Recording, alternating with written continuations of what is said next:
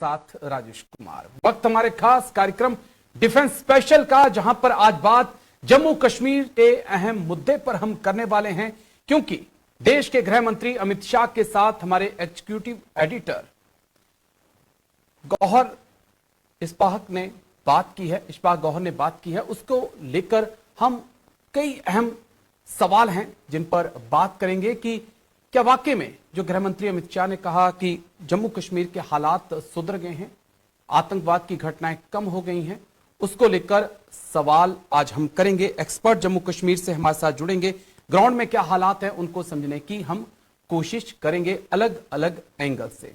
साथ ही बात रूस यूक्रेन के बीच जो घमासान चल रहा है उसको भी लेकर करेंगे, क्योंकि यूक्रेन में जो आतंकी हमला, रूस में जो आतंकी हमला हुआ था उसके तार जो हैं वो रूस के राष्ट्रपति पुतिन ने अमेरिका, ब्रिटेन और यूक्रेन से जोड़े हैं। इसको भी डिकोड करेंगे, लेकिन शुरुआत बड़ी खबर के साथ।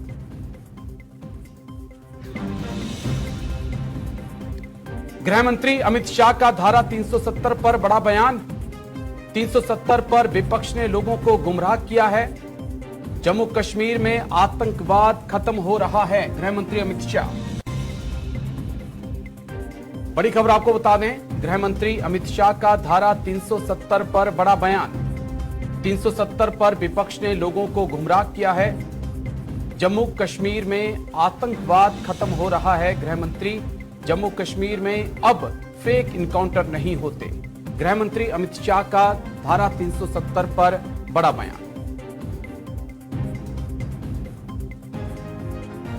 जम्मू कश्मीर में आतंकवाद खत्म हो रहा है, जम्मू कश्मीर में अब फेक इनकाउंटर नहीं होते।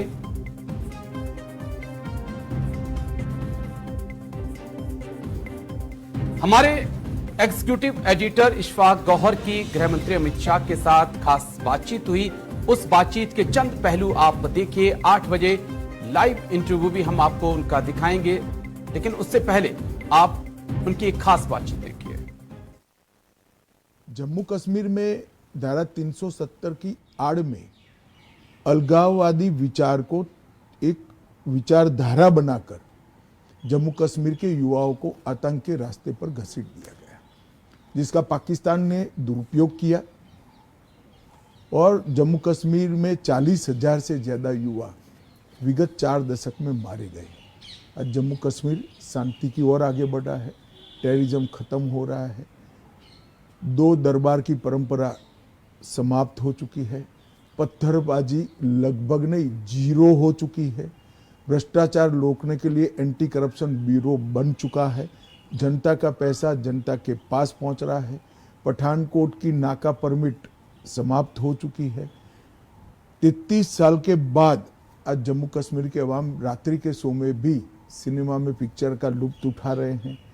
30 साल के बाद मुहर्रम का जुलूस निकला है और G20 का आयोजन दुनिया भर के लोग कश्मीर में होते हुए बदलाव को देखकर गए हैं। बात हालात की चल रही है, तो एक और मेजर डिसीजन जो हमने देखा कि इसी गवर्नमेंट ने लिया, और ये बड़ा एग्रेसिव डिसीजन माना जाता है कि कुछ संगठनों पर पाबंदियां लगाना, बैन करना, उनके एसेट्स को सीज करवाने की बात हो रही है। लेकिन अब ये भी आवाज़ें उठ रही हैं कि जनाब इनके साथ डायलॉग भी हो सकता था, इनको बीच वाले हम डायलॉग कश्मीर के युवाओं के साथ करेंगे जिनके मूल पाकिस्तान में है, ऐसे कोई ऑर्गेनाइजेशन के साथ नहीं करेंगे। They are responsible. 40,000 लोगों की मृत्यु के लिए वो ऑर्गेनाइजेशन रिस्पॉन्सिबल है। हमने कुछ नहीं करे हैं। लगभग 12 ऑर्गेनाइजेशन को बैन किया है। कुल 36 इंडिविजुअल को टेररिस्ट घोषित किया है और टेरर फाइनेंस की रीढ़ तोड़ने के लिए 22 से ज्यादा केस रजिस्टर किए हैं। 150 करोड़ की संपत्ति को सीज किया है, 90 प्रॉपर्टी को अटैच किया है और 134 बैंक अकाउंट को हमने फ्रीज कर दिया है। और मैं मानता हूं कि कश्मीर के जो 40,000 युवा मारे गए, सिक्योरिटी फोर्सेस मारी गई, इसके लिए ये सब रिस्पॉन्सिबल है। और महबूबा मुफ्ती और फारूक साहब के शासन में वो चलता रहा। इन्होंने क्योंकि ये इनके फायदे में था। ये जो कश्मीर की जनता को डरा कर रखना और इसके आधार पर सियासत करना, वो उनके फायदे में था। खुला माहौल दिया है और उसी का परिणाम है 2004 से 14 में लगभग 7,000 टेररिस्ट घटनाएं हुई थी। 2014 से 24 में 2227 हुई, लगभग 70% की कमी आई है। कुल मृत्यु 2829 हुए थे और अब 915 हुए, तो उसमें भी 68% की कमी आई है। नागरिकों की मृत्यु 1770 थी, मतलब 1770 नागरिक मारे गए थे और 341 अब मारे गए, 81% की कमी आई है। और सिक्योरिटी फोर्सेस की मृत्यु 1060 थी, इसकी जगह 574 हुई है, 46% की कमी आई है। और जो इस्लाम की बात करते हैं, मैं उनको बताना चाहता हूँ, ये नागरिकों की मृत्यु में 85% मुस्लिम भाई बहन मारे गए हैं, जो इस्लाम के नाम पर ये सब करते हैं जी। कश्मीरियत के नाम पर करते हैं। मैं उनको बताना चाहता हूं कि कश्मीरी ही मारा गया, ज्यादातर कश्मीरी मुसलमान मारा गया, गृहमंत्री और साहब, कृपया इसको बंद करना चाहिए। और हमने आतंकवाद के महिमा मंडन पर भी बहुत कड़ाई से रोक दिया है। सरकारी नौकरियों से कुछ लोगों को निकाला है, इनकी भर्ती में बंद कर दिया। बार काउंसिल को भी आतंकी समर्थकों से साफ किया है और रोजगार, पासपोर्ट, गवर्नमेंट कॉन्ट्रैक्ट, इस सब में टेररिज्म की घटना में हिस्सा नहीं लिया है, सर्टिफिकेट को कंपलसरी करा है। अब धीरे धीरे कश्मीरी युवा रोजगार की ओर बढ़ रहा है। 5 साल से स्कूल में रोक टोक चलते हैं। एक पहली बैच 7वीं कक्षा की अब 2 साल के बाद बाहर पड़ेगी, जो एक भी दिन की छुट्टी के बगैर, हड़ताल के बगैर 7 कक्षा पास कर हमारी बच्चियां हायर एजुकेशन में और टॉप मोस्ट एजुकेशन में आगे बढ़ेगी। हमारे बच्चे इंजीनियर होंगे। शिक्षा में पहले सिर्फ 4 मेडिकल कॉलेज थे, आज 7 नए मेडिकल कॉलेज बनाए। एक भी नर्सिंग कॉलेज नहीं था, अब 15 नर्सिंग कॉलेज है। तो क्या ये वक्त आ गया है जो एडिशनल डिप्लॉयमेंट ऑफ ट्रूप्स अभी जम्मू कश्मीर के हैं, उन्हें वापस बैरक्स के अंदर लाया जाए और ज़्यादा फुटप्रिंट्स को कम करके एक नॉर्मल सी? निश्चित रूप से चुनाव के बाद इस पर हम एक एक्शन प्लान बनाए हैं और जम्मू कश्मीर पुलिस के हवाले ही जम्मू कश्मीर का कानून और व्यवस्था की स्थिति होगी। तो धारा 370 हटने के बाद से जम्मू कश्मीर में काफी कुछ बदल चुका है। 370 के नाम पर विपक्षी पार्टियां जम्मू कश्मीर के युवाओं को बरगलाने का काम कर रही थी, लेकिन अब वो हो नहीं पा रहा।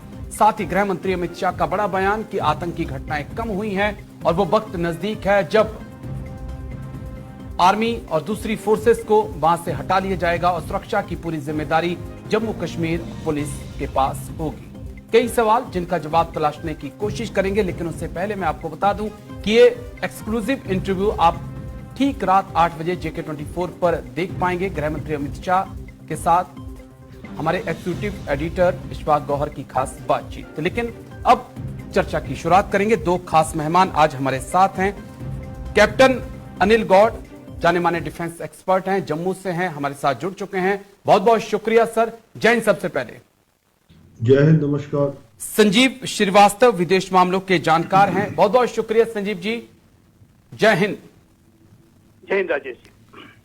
कैप्टन अनिल गौड़ सर, क्योंकि आप जम्मू में ही हैं और जम्मू कश्मीर पे बहुत अच्छी पकड़ आपकी है, गृह मंत्री अमित शाह को आपने सुना और पूरा देश भी सुन रहा है। मैं जो चीज आपसे समझना चाहता हूं, कितने हालात वाकई में बदले हैं 370 हटने के बाद से, क्योंकि चुनाव नजदीक हैं, पॉलिटिकल पार्टियां अपनी अपनी बयानबाजी करेंगी। क्या कुछ बदला सर 370 हटने के बाद से 2019 और 2024 में? कैप्टन अनिल गौड़, क्या फर्क देखते हैं? राजेश जी नमस्कार।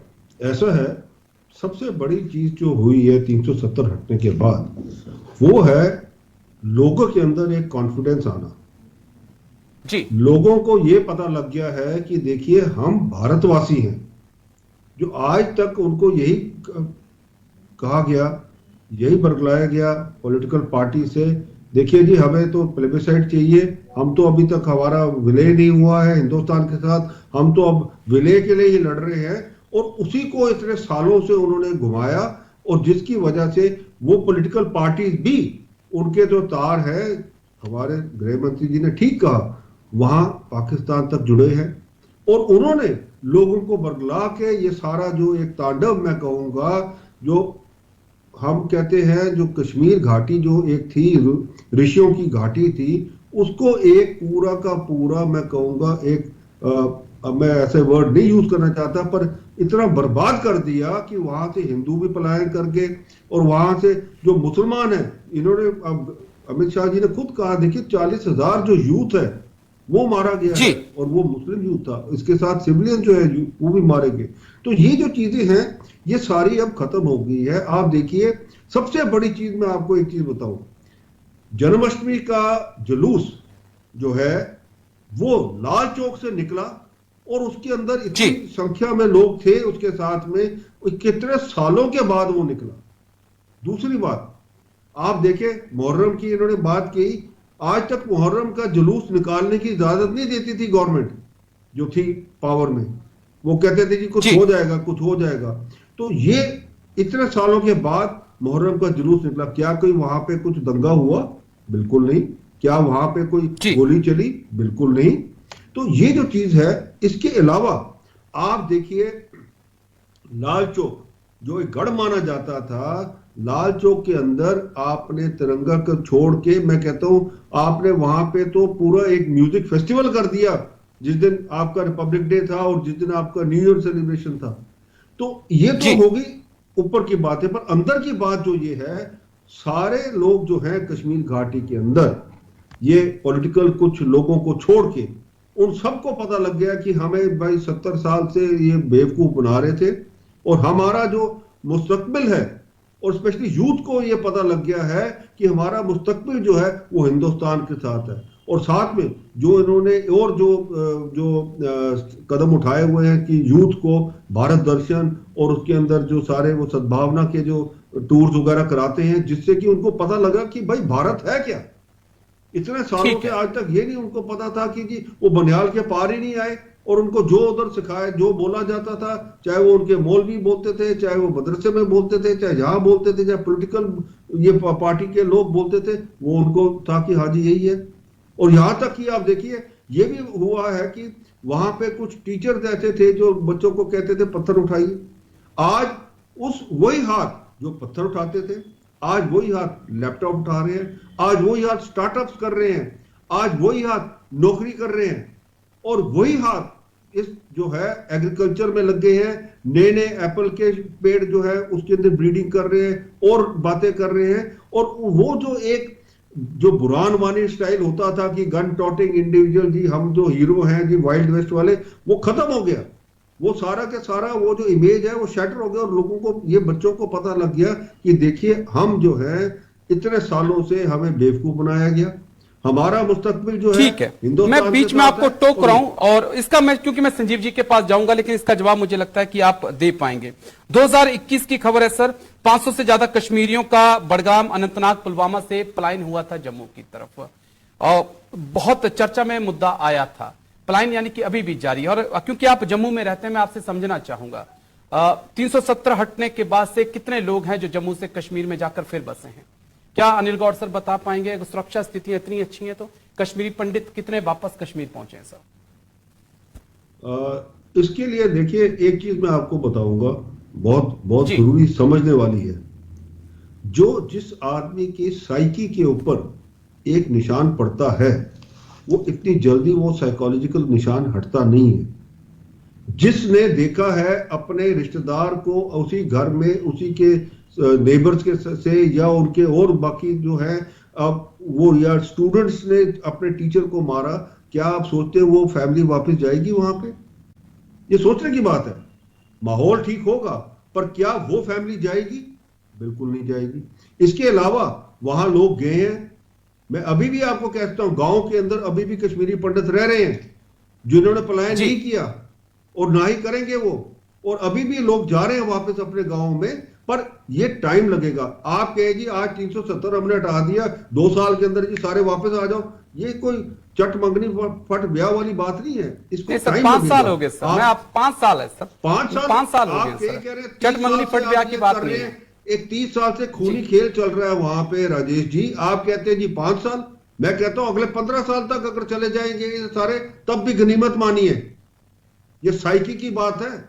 मेरे को अगर पता है कि लेकिन और स्टेप उठाने की जरूरत है, इसका मतलब कैप्टन अनिल गौड़, जो अंडरग्राउंड ओवरग्राउंड वर्कर जो इन्होंने बात की, जो हमारे गृह मंत्री जी ने, जो अंडरग्राउंड ओवरग्राउंड वर्कर अभी भी हैं वहां पे, ये नहीं कि वो खत्म हो गए हैं। उनके पीछे आपको पता है एनआईए जो इन्वेस्टिगेशन चल रही है, मनी ट्रेल जो है उनकी सारी करके उनको एक एक करके आप देखिए, रोज खबर आती है कि जी फलाना की प्रॉपर्टी सीज हुई है, फलाना आदमी का जो ये हुआ है उसको अरेस्ट किया है, उसको जो ब्लैकलिस्ट किया है, उसको जो यूपीए के अंदर उसको जो घोषित कर दिया है, मिलिटेंट जो भी है, ये सारी बातें टाइम लगेगा ना। आप कहिए जी 5 साल के अंदर 30 साल का या मैं तो 30 साल भी नहीं कहूंगा, मैं कहूंगा 70 साल का जब से इंडिपेंडेंस हुआ है, और इस कश्मीर घाटी के अंदर जो जिस हिसाब से सेंट्रल गवर्नमेंट ने गलत कदम उठाए, उसका जो सही करने के लिए उसके लिए आपको और 10 साल चाहिए। अभी 10 साल के बाद आप 10 साल भी और चाहिए। ठीक है, मैं आता हूं सर आपके पास, और कई सवाल है कड़वे। संजीव जी, मैं आपके पास आ रहा हूं। संजीव जी, आपसे समझना चाहूंगा किस प्रकार से गृह मंत्री अमित शाह का आपने बयान सुना। नो डाउट इसमें जो पत्थरबाजी होती थी वो बिल्कुल खत्म हो चुकी है। आतंकी घटनाएं हर दिन जम्मू कश्मीर से हम सुनते थे, उस पर बहुत ज्यादा लगाम लगी है। जो युवा, जैसा कैप्टन अनिल गौड़ ने भी कहा कि जो पत्थर उठाया करता था आज उसके हाथ में लैपटॉप है, और जो लोग इन युवाओं को भड़काया करते थे आज वो सलाखों के पीछे हैं। संजीव जी। जी देखिए, गौड़ साहब से मैं बिल्कुल सहमत हूं, और मैं ये भी मानता हूं कि जो वहां की रिहेबिलिटेशन की फिर से प्रक्रिया है, चाहे कश्मीरी पंडित हों या जो अन्य जो लोग हों, उनमें अभी समय लगेगा। उनका जो मनोवैज्ञानिक स्तर अभी भी उस कॉन्फिडेंस का जो लेवल है वो जैसे जैसे समय के साथ आएगा वो जरूर अपने मूल स्थान पर जाएंगे, ऐसा मेरा विश्वास है। लेकिन जहां तक भारत के गृह मंत्री श्री अमित शाह जी के इस वक्तव्य का प्रश्न है, देखिए उन्होंने बहुत बातें बहुत स्पष्ट कर दी हैं। भारत सरकार की जो नीतियां हैं वो जम्मू एंड कश्मीर को लेकर के वर्तमान सरकार की बहुत ही स्पष्ट रही हैं कि धारा 370 और 35A का जो इस्तेमाल है ये आतंकवादियों के द्वारा, अलगाववादियों के द्वारा युवाओं को बरगलाने के लिए, उनका ब्रेन वॉश करने के लिए, उनके अंदर अलगाववादी भावनाओं को पैदा करने के लिए किया जाता था। उनको ये कहा जाता था कि ये तो तुम तो 370, तुम्हें तो एक अलग तरीके का ट्रीटमेंट है, तुम्हारे संविधान में ही तुम्हें अलग बताया गया है, तो तुम पूरी तरह से अलग ही क्यों नहीं हो जाते हो? अगर तुम पूरी तरह से अलग हो जाओगे तो हम तुम्हें उसके संघर्ष के लिए, उसकी लड़ाई के लिए हथियार देंगे वगैरह वगैरह, और तुम्हारा एक सुनहरा भविष्य भारत से अलग बनाएंगे। और इस तरीके की जो बातें करके जो पाकिस्तान और पाकिस्तान के अंदर बैठे हुए आतंक के जो आका हैं वो युवाओं को बरगलाने और भड़काने की कोशिश करते थे।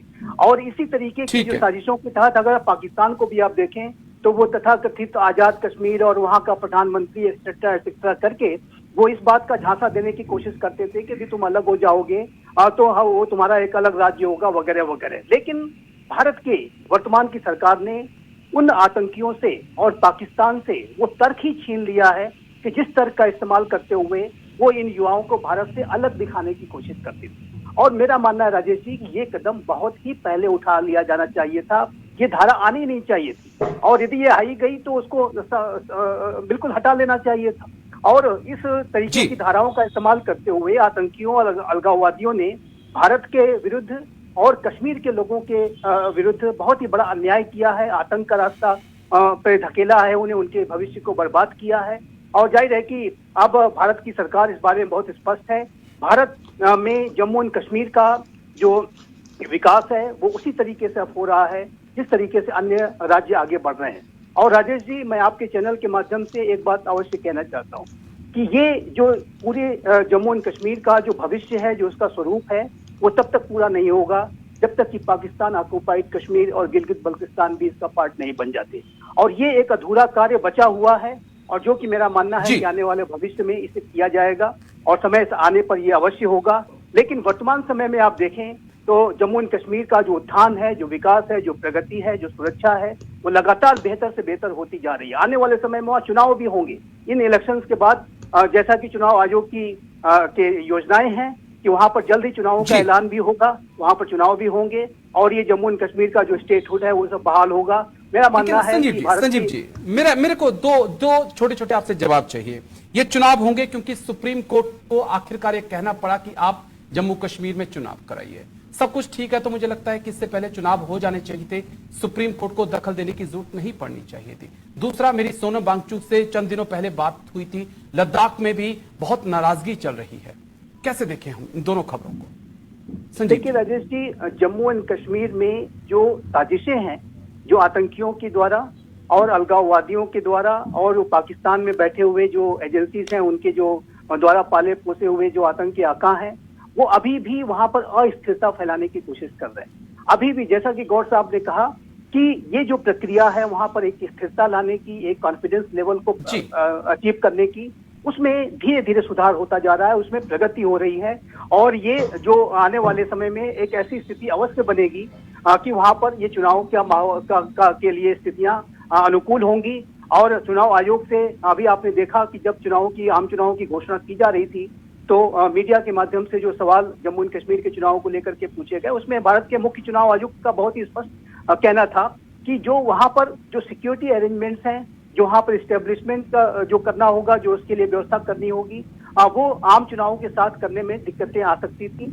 और इसी वजह से इन चुनावों को आने वाले समय के लिए रखा गया है ताकि पूरा स्पेशल फोकस देते हुए इस राज्य में एक शांतिपूर्ण चुनाव कराए जाए, क्योंकि साजिशें अभी भी चल रही हैं। अभी अभी आप देखिए तो पाकिस्तान में ऑक्युपाइड कश्मीर में जो कैंप्स हैं आतंकियों के, वो अभी भी बने हुए हैं। और अभी इस संदर्भ में भी विचार कई बार होता है कि हमारे स्ट्रेटेजिक कम्युनिटी में कि क्या पाकिस्तान से बात होनी चाहिए। बिल्कुल बात नहीं होनी चाहिए, क्योंकि अभी भी पाकिस्तान की साजिशें लगातार जारी हैं। आतंकियों के द्वारा आतंकियों को सीमा से पार करा करके भारत में भेजने की कोशिशें वो अभी भी कर रहा है। संजीव जी, मैं बीच में टोक रहा हूं, आपको मेरे को 1 मिनट में जल्दी से जवाब चाहिए। जब चीन से बातचीत हो रही है, क्योंकि चीन लगातार आपके अरुणाचल का मुद्दा उठा रहा है, लद्दाख में वो बैठा हुआ है, आप चीन से बात कर रहे हैं, लेकिन आप कह रहे हैं कि हम पाकिस्तान से बात नहीं करेंगे।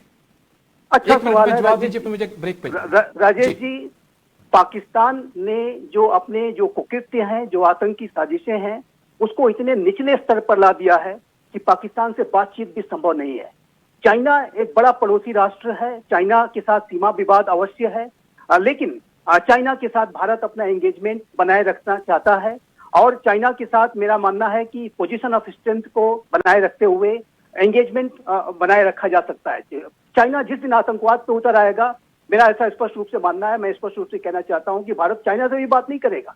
ये जो प्रॉक्सी वॉर है, क्या आप मानते हैं कि नॉर्थ ईस्ट के आतंक के पीछे चीन नहीं है? आप क्लीन चिट दे रहे हैं संजीव जी? देखिए राजेश जी, चाइना की जो आतंकवादियों के साथ समझौते करने की, उनको कई बार डिफेंड करने की, कई बार उनको सपोर्ट करने की जो एक्टिविटीज होती हैं, वो बहुत ही ज्यादा कोवर्ट लेवल पर है। चाइना, आपने देखा कि मैं यहाँ पर एग्जांपल देना चाहूंगा कि मसूद अजहर को China United nation security council में 4 बार उसने बचाने की कोशिश की, लेकिन 5वीं बार चाइना ने बचा नहीं पाया। इसलिए इसका कारण ये था कि चाइना के ऊपर ही सवाल उठने लगे थे कि क्या चाइना आतंकियों को सपोर्ट कर रहा है, क्या चाइना आतंक परस्त राष्ट्र बनता जा रहा है। तो जब इस तरीके की क्वेश्चन चाइना की इमेज पर आने लगे, जो कि अपने आप को ग्लोबल पावर दिखाने की कोशिश करता है, तो चाइना ने वो टेक्निकल होल्ड हटा लिया और उसके बाद मसूद अजहर का यूएन डेजिग्नेशन हो गया। पाकिस्तान को ये चलिए एक छोटे से ब्रेक के लिए रुकना होगा सर, माफी चाहूंगा, मजबूरी, एक छोटा सा ब्रेक के उस पार लौटेंगे कुछ और कड़वे सवालों के साथ कि क्या जम्मू कश्मीर से सेना को हटाना आने वाले वक्त में ठीक होगा, क्योंकि पुंछ राजौरी बेल्ट से कुछ ऐसा ही हुआ था और 2022 और 23 में कई आतंकी घटनाएं इस वैली में हुई हैं। ब्रेक के बाद इसी कड़वे सवाल के साथ बड़े अहम मुद्दे पर चर्चा जारी है। दरअसल जम्मू कश्मीर को लेकर बातचीत हम कर रहे हैं। धारा 370 हटने के बाद जम्मू कश्मीर में कई कुछ बदलाव हुआ है, चाहे वो स्टोन पेल्टिंग वाले लड़के हों, वो आज दिखाई नहीं पड़ते, वो युवा लड़के हों, वो आज दिखाई नहीं पड़ते, वो युवा दिखाई नहीं पड़ते। आतंकी घटनाओं पर लगाम लगी है। जो बच्चे कभी पत्थर उठाया करते थे, आज उनके हाथ में लैपटॉप है और लगातार जम्मू कश्मीर भारत के साथ मिलकर आगे तरक्की के राह पर बढ़ रहा है। सीधा कैप्टन अनिल गौड़ के पास हम चलेंगे। 2 खास मेहमान तमाम सवालों का जवाब देने के लिए आज हमारे साथ हैं। कैप्टन अनिल गौड़ सर, एक और अहम पॉइंट, क्योंकि आप डिफेंस एक्सपर्ट हैं, जम्मू कश्मीर के हर हालात पे आपकी पैनी नजर रहती है। गृह मंत्री अमित शाह का एक और बड़ा अहम पॉइंट था जिस पर मेरा ध्यान गया कि हम आने वाले वक्त में जम्मू कश्मीर से फोर्सेस की वापसी करा सकते हैं। पूरी सुरक्षा व्यवस्था जो है वो जम्मू कश्मीर पुलिस के हवाले होगी। क्या जम्मू कश्मीर पुलिस इसके लिए तैयार है? क्योंकि मैंने जैसे ब्रेक से पहले उदाहरण दिया कि कुछ ट्रुप्स की मूवमेंट पुंछ राजौरी बेल्ट से हटाकर लद्दाख की तरफ की गई थी और उसके बाद पुंछ राजौरी आतंकियों का गढ़ बन गया और कई जवानों को हमने वहां पर खोया है। क्या देश जम्मू कश्मीर और जम्मू कश्मीर पुलिस इसके लिए तैयार है? राजेश जी, ऐसा है, इसमें देखिए आपका सवाल जो है वो दो पार्ट्स में है। पहली बात तो ये है कि क्या जम्मू कश्मीर पुलिस इतनी सक्षम है कि वो ये संभाल ले? आज भी अगर आप देखेंगे अर्बन एरियाज के अंदर जो है वो जम्मू कश्मीर पुलिस ही वहां पे है। वहां पे हमारे आर्म फोर्सेस नहीं है, सीआरपीएफ और जम्मू कश्मीर पुलिस, इनका ही वहां पे सारा जो है बंदोबस्त है। हमारी जो आर्म फोर्सेस है, जैसे हमारी आरआर बटालियन है या दूसरे स्पेशल फोर्सेस वगैरह जो ये है, वो ऑपरेशंस करती हैं, वो स्पेसिफिक इंफॉर्मेशन के ऊपर फिर ऑपरेशन करती हैं, चाहे वो अर्बन एरिया में हो, चाहे वो रूरल एरिया में हो, कहीं पे भी हो। वो एक स्ट्राइक फोर्स की तरह काम करती हैं। वो उनका काम नहीं है कि वहां पे वो मोर्चा लगा के बैठेंगे ही नहीं। वो अब जम्मू कश्मीर पुलिस और सीआरपीएफ कर रही है। और ये जो है आगे आगे आप देखेंगे, क्योंकि जम्मू कश्मीर पुलिस जो है हमारी, इतनी हमारे पास स्ट्रेंथ नहीं है, साथ में अभी ट्रेनिंग, क्योंकि अभी ये पीछे जो हमारे अभी डीजीपी साहब भी है, उनका भी एक था इंटरव्यू भी था, जहां पे कोर बैटल जो स्कूल है वहां पे ट्रेनिंग दी गई है हमारे पुलिस के कमांडोज को और पुलिस के जवानों को, ताकि वो हर स्थिति को टैकल कर सके और वहां पे आर्म फोर्सेस, मतलब हमारी आरआर बटालियंस की या स्पेशल फोर्सेस की भी जरूरत ना पड़े। ये चीज ऐसे होता है, देखिए ये टाइम लगता है। जब आप किसी फोर्स को इतना डिमोरलाइज कर देते हैं और उसके अंदर आप ऐसी ऐसी सेंध लगा देते हैं, आपको मैं याद दिलाऊंगा, आपको याद होना चाहिए जब जगमोहन साहब आए उससे पहले यही पुलिस फोर्स जो है ये स्ट्राइक पे गई थी, आपको याद है? और जब इसी पुलिस फोर्स के गाड़ियों के अंदर आतंकी जाते थे, ये तो साफ है, ये कोई छुपा हुआ नहीं है। ये जो इसके अंदर जो सारे जो एंटी नेशनल मैं कहूंगा रिक्रूटमेंट हुई है, वो किसने कराई थी? कुछ पॉलिटिकल पार्टीज ने कराई थी। तो अब ये सारा हो गया। दूसरा, रजौरी पुंछ की जो बात है, देखिए उसके अंदर क्या हुआ है बेसिकली, जब हिल काका का ऑपरेशन हुआ वो सारा सैनिटाइज किया गया एरिया, और वहां पे जो है बेसिकली अब वो पुलिसिंग ड्यूटीज थी उसके अंदर, वहां पे हमारे जो मेरे को लगता है थोड़ा सा जो हमारा पुलिस से जो है हमारा जो कंटेक्ट लोकल्स के साथ, उसके अंदर जो इंटेलिजेंस गैदरिंग थी, क्योंकि देखिए किसी भी जगह में इंटेलिजेंस गैदरिंग जो है वो पुलिस का काम है, वो आर्म फोर्सेस का काम नहीं है, आरआर बटालियन का काम नहीं है, स्पेशल फोर्स का काम नहीं है, वो पुलिस का काम है। उसके अंदर कहीं ना कहीं चूक हुई है, जिसकी वजह से ये जो है ये यहाँ पे इनके जो ओवरग्राउंड अंडरग्राउंड वर्कर जो है वो सारे पनाह लिए।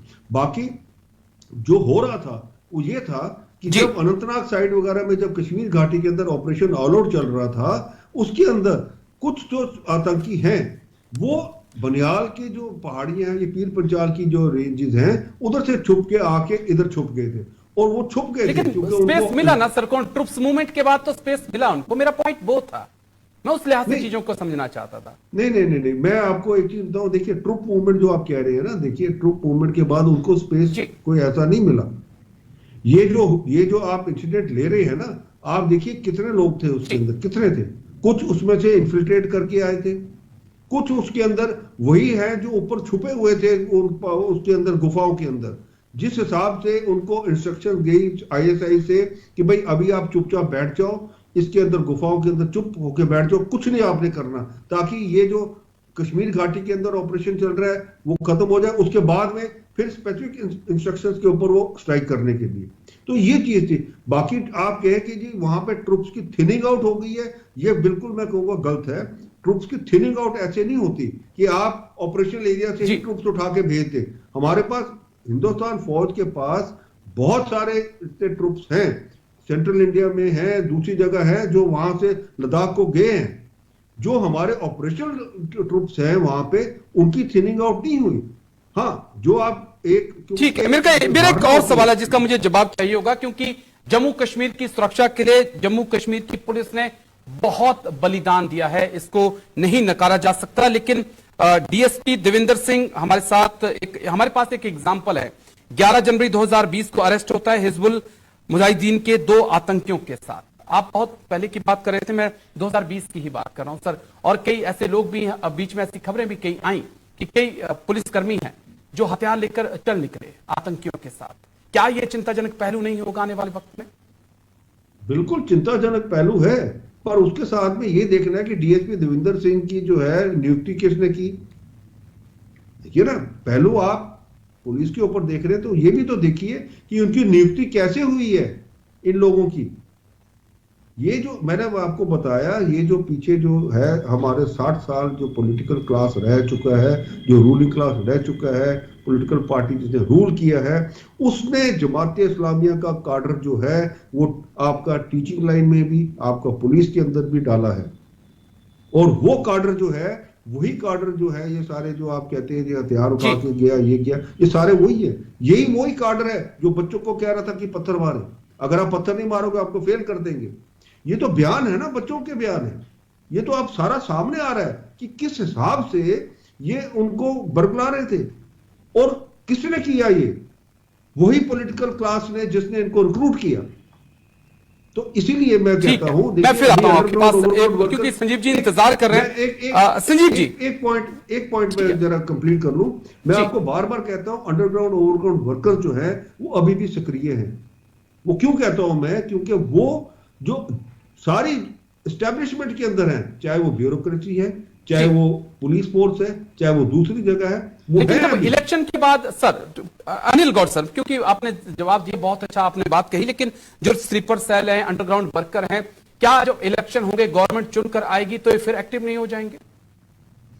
यही बात है। देखिए, इसीलिए आप कहते हैं कि गवर्नमेंट जो अब जब आर्टिकल 370 अबॉर्गेट हुआ, ये जम्मू कश्मीर को 2 यूटी में बदल दिया। यूटी में क्यों बदला? आप ये सोचिए ना, यूटी में क्यों बदला एक स्टेट को? यहां बहुत शोर उठा पॉलिटिकल क्लास को, देखो जी लोग यूटी से स्टेट बनता है, हमारा स्टेट को यूटी बना दिया। वो इसीलिए बनाया क्योंकि यहां पे जो गवर्नेंस थी वो गवर्नेंस सही तरीके की नहीं थी। और इसीलिए ये जो मैं आता हूं सर, क्योंकि संजीव जी बहुत देर से इंतजार कर रहे हैं। संजीव जी, 2 पॉइंट जो मैं समझना चाहूंगा। कश्मीर में शांति चाहिए तो एलओसी के उस पार एक्शन लेना होगा। ये एक अहम पॉइंट है सर, जिस पे बात होनी चाहिए कि जब तक उस पार आतंकी कैंप रहेंगे, जब तक उस पार जिहाद की फैक्ट्रियां चलती रहेंगी, जब तक उस पार से सोशल मीडिया के जरिए जम्मू कश्मीर के युवाओं को बरगलाया जाएगा, तब तक इस सोच पे आप लगाम नहीं लगा पाएंगे। राजेश जी, देखिए, लगाम तो लगाने के लिए ही ये सारे प्रयास किए जा रहे हैं, कदम उठाए गए हैं, चाहे वो धारा 370 और 35A का वो हटाने का काम हो, चाहे वो वहां पर अनेक तरीके के जो ऑपरेशंस हैं, और जहां तक पुंछ और राजौरी और ये पीर पंजाल की क्षेत्र की बात है, तो यहाँ पर जो एक बहुत ही टफ टेरेन है यहाँ की जो गुफाएं हैं, गौर साहब जिसकी चर्चा कर रहे थे, और जंगली इलाके हैं, उनमें ये आतंकी हाइड आउट्स की तरह, कैरों की तरह से छुपे हुए हैं, क्योंकि अन्य जगह तो उनकी कमर टूट चुकी है। और अब वहां पर उनको कहीं जीरो टॉलरेंस की पॉलिसी के तहत उन्हें लगातार ढेर किया जा रहा है। ऑपरेशन ऑल आउट लगातार जारी है। लेकिन जैसा कि आपने कहा राजेश जी, जब तक सीमा पार से इन आतंकियों को प्रश्रय, सपोर्ट, स्पॉन्सरशिप बंद नहीं होगी, तब तक ये समस्या बनी रहेगी। और जाहिर है कि ये जो इसी वजह से भारत की सरकार की ये जो बहुत ही स्पष्ट नीति है कि जब तक पाकिस्तान इस तरीके की साजिशों को करना बंद नहीं करेगा, तब तक पाकिस्तान से कोई बातचीत भी नहीं होगी। और जैसा कि जिसकी चर्चा मैं पहले कर रहा था, और अभी हमने देखा कि पाकिस्तान की जो नई सरकार बनी है उसकी तरफ से कुछ ऐसे बयान अभी दिए गए हैं कि वो भारत के साथ तिजारत करना चाहते हैं, व्यापार करना चाहते हैं, एक्सेट्रा एक्सेट्रा।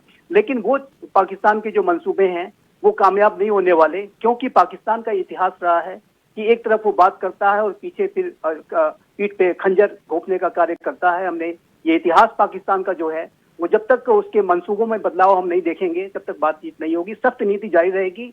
जहां तक जम्मू एंड कश्मीर पुलिस और हमारी जो पैरामिलिट्री और मिलिट्री का प्रश्न है, मुझे लगता है कि इनके बीच में एक अच्छा बेहतर समन्वय, अच्छे से अच्छा कोऑर्डिनेशन आगे भी बनाए रखना होगा।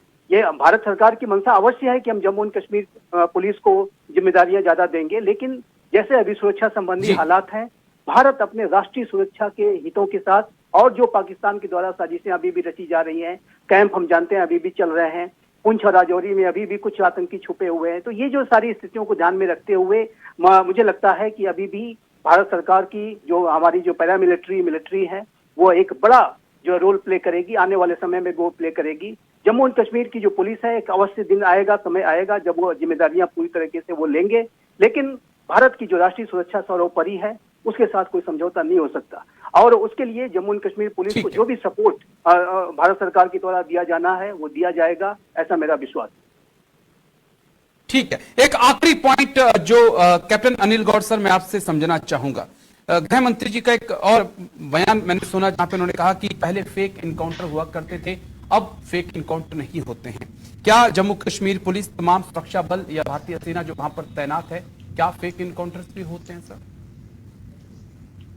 ऐसा है कि जो फेक इनकाउंटर की बात कही हमारे गृह मंत्री जी ने, वो आपको भी पता है, उसकी बड़ी चर्चा भी हुई है और उसकी सजा भी जिन्होंने फेक इनकाउंटर किया उनके वो भी मिली है।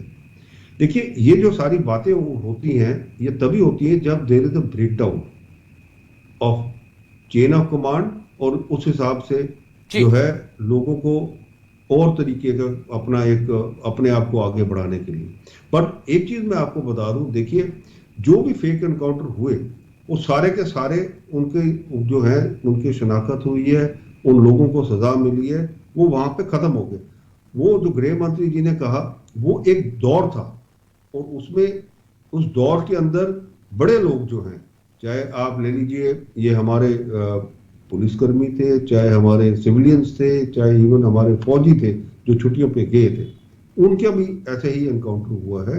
तो ये जो चीज है, ये चीज मैं एक चीज में मानता हूं राजेश जी, जिसके हाथ में एक बारी अगर पिस्टल दे देंगे ना आप, जब तक आप उस हाथ से पिस्टल नहीं निकालेंगे और उसको नहीं रखेंगे, आपको कोई पता नहीं वो कब इस्तेमाल करेगा, कोई पता नहीं।